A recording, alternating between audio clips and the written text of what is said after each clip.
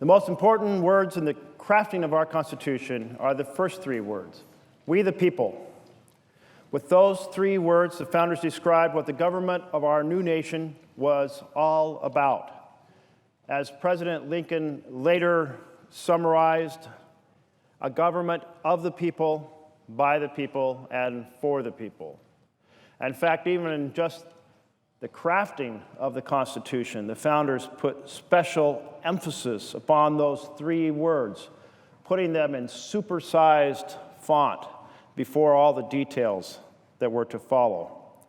So periodically, I'm going to come to the floor to talk about issues that are closely related to the we the people vision of our Constitution, our responsibilities under the Constitution.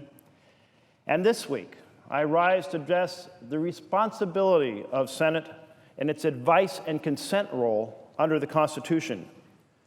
The President's duty is to nominate a Supreme Court nominee when there is a vacancy. And that responsibility is written very clearly into the Constitution.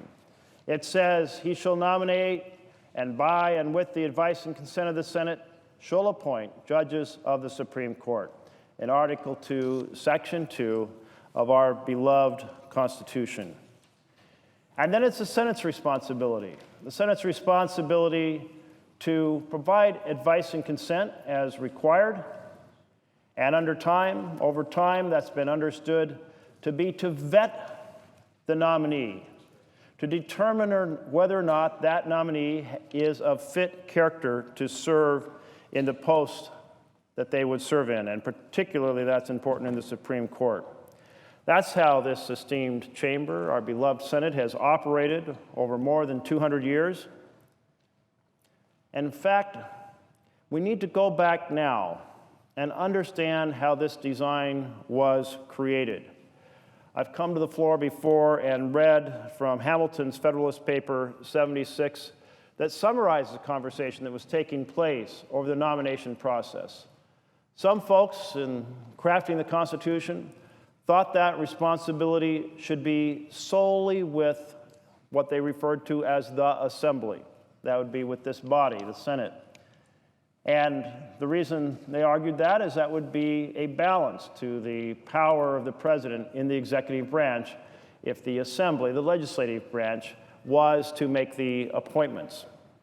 However, they then realized that probably those appointments would never get done because of all the horse trading that would go on, and in fact, it wouldn't be the most qualified person. It would be the friend of one senator traded for the friend of another senator, that really didn't make a lot of sense.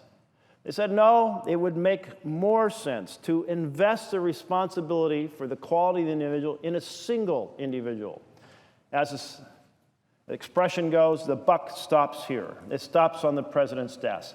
The president would have responsibility to nominate individuals to serve in the executive branch and serve in the judicial branch, and would bear the public responsibility for the credibility of the quality of those nominations. But in that conversation, they thought that's just too much power for the president to have. What if the president just starts to appoint friends, starts to appoint those with little experience, or those of unfit moral character? There needs to be some kind of check. So in that regard, then came the role of the Senate to give advice and consent.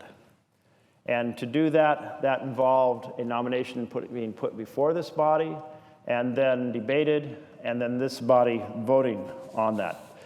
And the words that were the key words that Hamilton used in describing the responsibility was to determine whether or not the individual was, quote, of unfit character. Fit character, unfit character. Qualifications necessary to the job and the personal characteristics required to fulfill a job effectively. Well, here we are. The President Obama, has fulfilled his responsibility under the Constitution.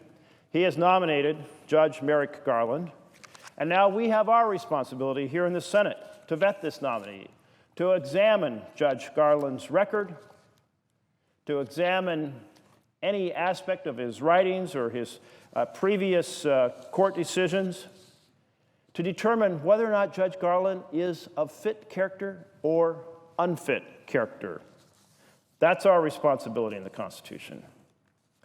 Now, a number of my colleagues here across the aisle, my Republican colleagues, have said, you know what? We don't want to fulfill our responsibility under the Constitution. We're just going to ignore that responsibility that's been vested in the Senate of the United States. And they are in the majority, and a nomination can't go to a committee for hearing and determine whether or not an individual is a fit character or unfit character without the majority making it happen. It can't come here to the floor without a majority vote in committee putting it forward for our consideration. And so, unfortunately, the job strike of the majority party in the Senate, failing to fulfill its responsibility under our Constitution, now imposes this for the entire body. If we were within the usual timeline, this week we would be holding a hearing on Judge Garland. Since 1975, the average time from nomination to committee hearing is about 42 days. But instead, the leadership has said, we are not going to honor our responsibility. Now, I find that deeply disturbing. Each and every one of us stood before this body taking an oath to fulfill our responsibilities under this Constitution. And that's what we should be doing right now. I say to my colleagues, do your job.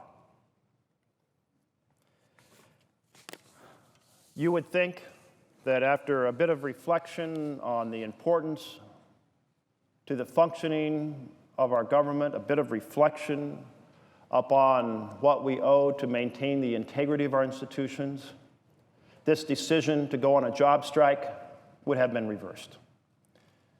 I've talked to colleagues who are, quite frankly, somewhat embarrassed because they're asked to toe the line,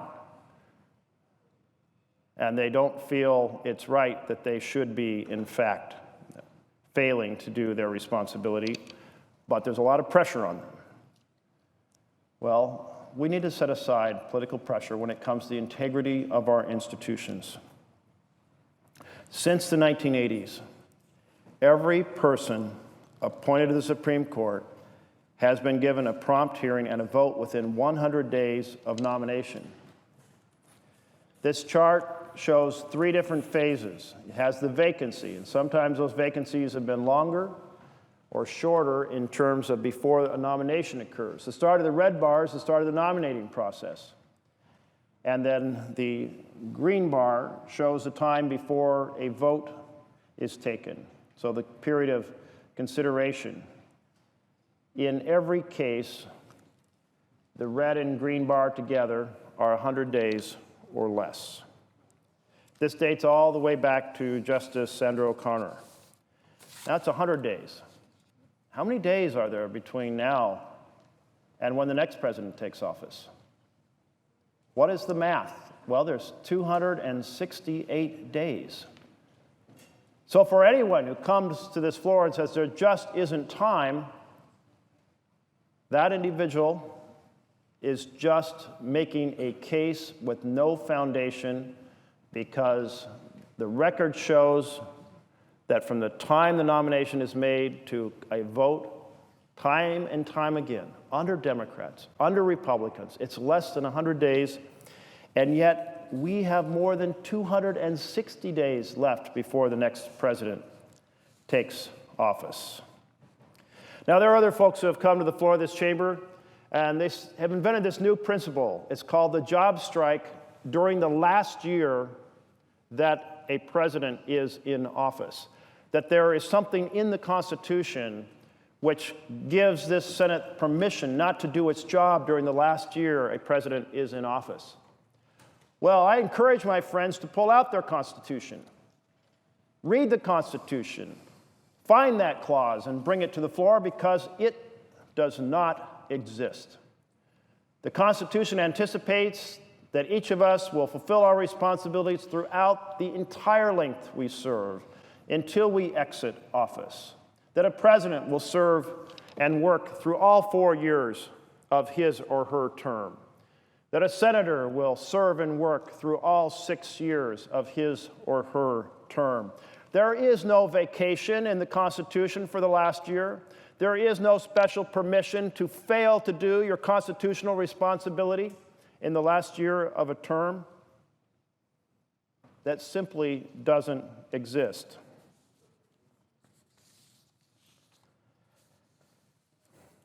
Many Supreme Court justices have been confirmed in the final year of a presidency. And so, for those who come to this floor and argue that there's some historical precedent, that precedent doesn't exist either.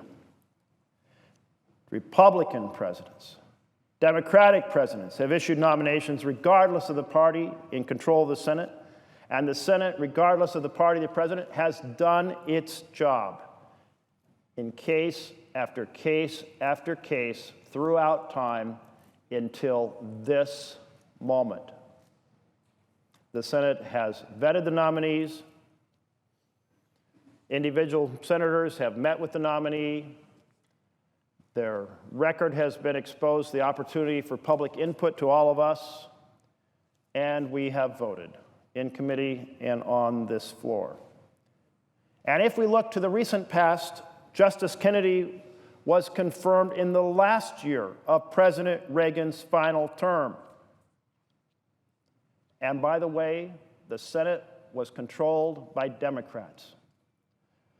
So the Democratic leadership didn't say, we're going to go on a job strike and not vet the candidate and not hold a vote and not do our responsibility. No, they honored their responsibility under the Constitution, and so should every senator today. This is a black mark on the record of the Senate. And think about what it will lead to.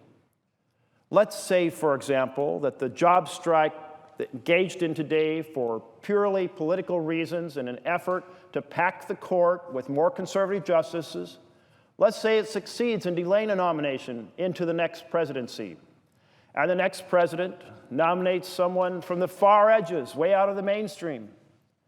Then what does each party do? Does it say, well, the other party worked to pack the court and refused to do their jobs, so now, because the consequences would be so destructive and so partisan to the court, we'll refuse to do our job, but only because of what preceded it? That's not a conversation that we should ever have. That's not a dialogue we should ever have in this chamber of action to politicize the court, to pack the court, followed by reaction to try to blunt the impact of the initial action, followed by reaction, back and forth. This will deeply undermine the integrity of the Supreme Court of the United States. And let me tell you, the court is already in trouble.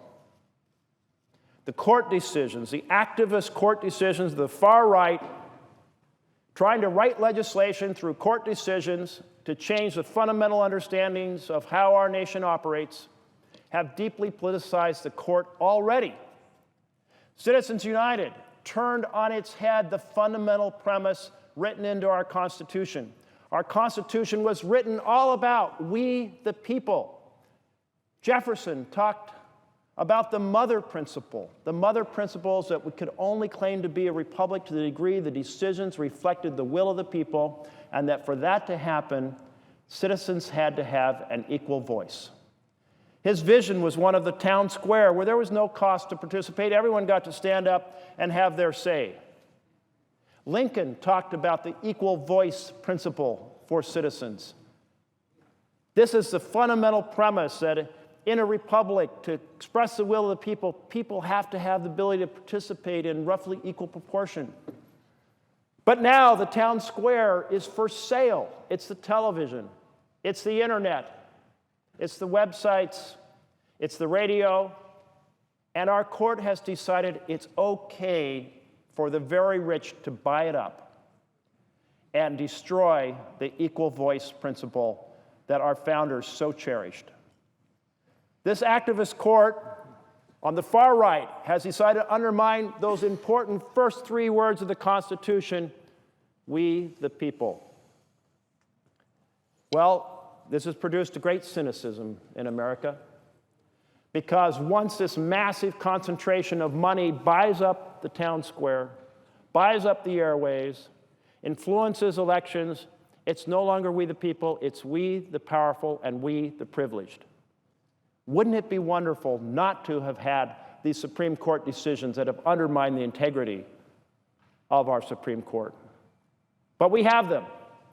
And now the majority in this body wants to further damage the Supreme Court, further politicize the Supreme Court. And that is a huge mistake. We should go the other direction. We should invest in the integrity of the Supreme Court. Now, that doesn't mean that a nominee gets automatically passed through this body, because we have a job under the Constitution. We have a responsibility to vet the nominee.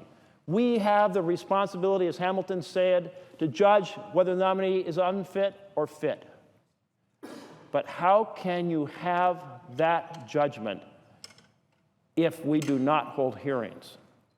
How can you have that judgment if the committee does not vote?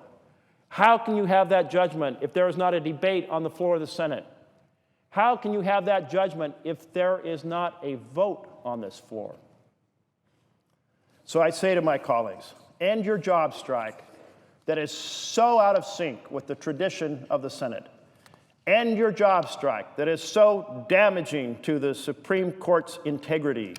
End your job strike that is so damaging to the we the people principles of our nation. Do your job. Do your job. Hold the hearing. Meet with the nominee. Exercise your vote. Do your job. Thank you, Mr. President.